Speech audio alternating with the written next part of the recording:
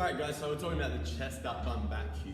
So we're going to have a look at what that means in the squat position. So what we need to take into account first is the person's proximal position of their axial skeleton.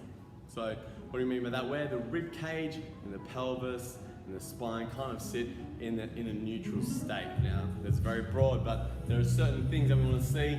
And in our model, we like to see that pelvis being underneath us a little bit and that rib cage sitting down on top of the pelvis, okay? That way we can pressurize this canister with the best sequencing possible to then move load optimally, okay?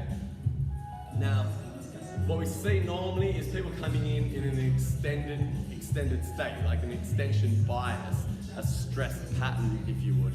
Now that means that my sternum is up and my butt is back, my abs are long, and my pelvis is forward, and this can hinder the skeleton part to it quite well. But it also starts to, after a while, maybe, and this is all an it depends situation, can cause pain.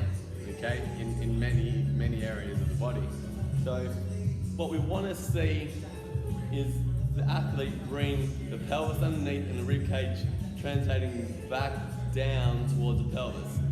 Not just pinning the shoulders back, because as you can see, most people when they pin the shoulders back, the sternum goes forward. Okay, we need to pull the rib cage down and back, pelvis underneath us, and then we can add load on top of a very stable structure. People normally come in this extended state because we think it's sexy, okay? And don't get me wrong, when you see a good looking girl in extension, it is pretty hot, but it isn't healthy. And in our fitness game, it doesn't do us any good, okay? So we're gonna demonstrate, just with an empty bar, how we would coach it here at DRIVE360.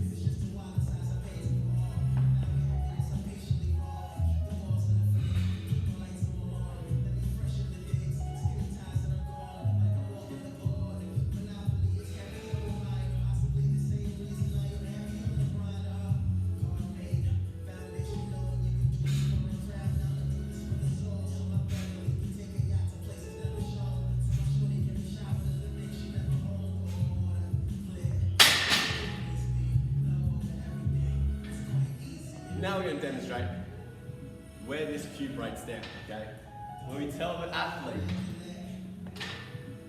normally comes in under a bar, remember this is a stressful position for a person to be in anyway.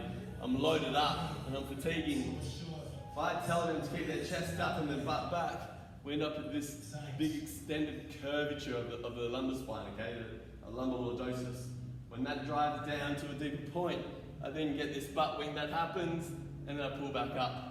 And we have a lumbar spine that's actually moving under load.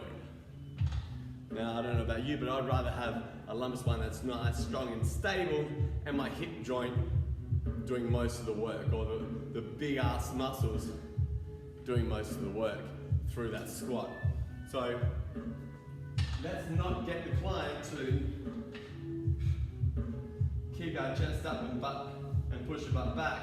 We should hinge together. So we want to feel the ground in our heels, toes are still down. We want to exhale all the air out of us. And what that'll do is we'll pull the rib cage down, get that pelvis underneath us. When I get that, I want to hinge the pelvis back and allow the rib cage to come with it at the same time. Okay? I don't want the 2 points. I do not want the front of the pelvis where your zipper is and your sternum to separate and lengthen apart this way. I want those guys to stay the same length away from each other the whole way through the squat. All the way down, still feeling equal pressure, pausing, brace, drive through the ground, lock out up top.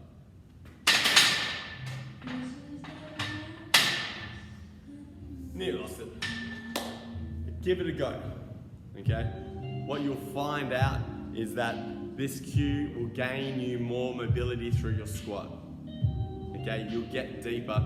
It'll be harder because you're gonna be using more muscle to stabilize that load, okay? A less bone-on-bone strategy, a more muscular strategy, okay?